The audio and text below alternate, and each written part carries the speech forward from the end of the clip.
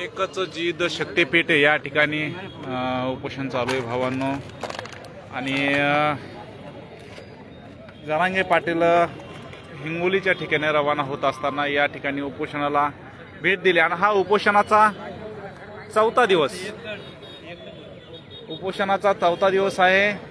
या ठिकाणी माता माऊली सुद्धा आपल्याला बघायला मिळतात आणि उपोषणाला पाठिंबा म्हणून समाज बांधव देखील आणि या ठिकाणी बघा पेंडॉल आहे।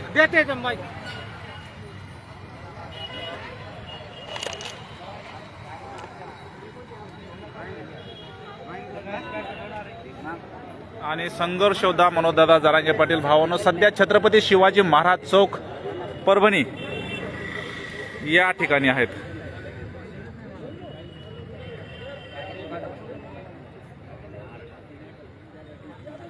जरांगे पाटील छत्रपती शिवाजी महाराज चौक परभणी या ठिकाणी।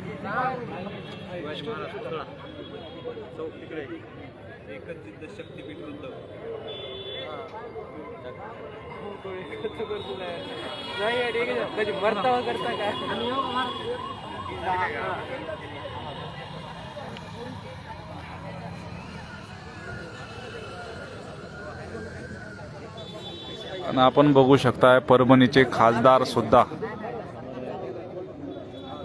या ठिकाणी उपस्थित आहेत।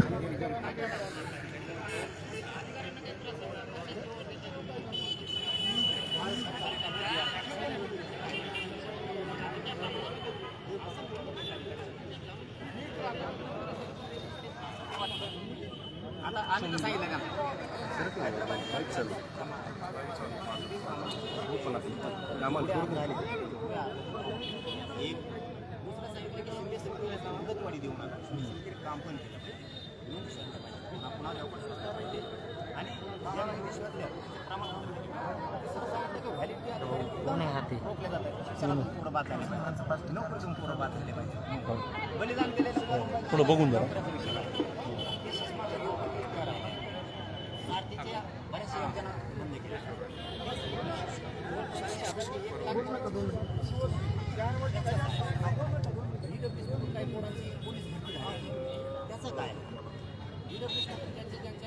सरकारने फसवल्याची भावना आहे आपली।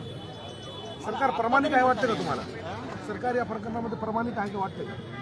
अधिकारी काय करायला लागले? सरकारने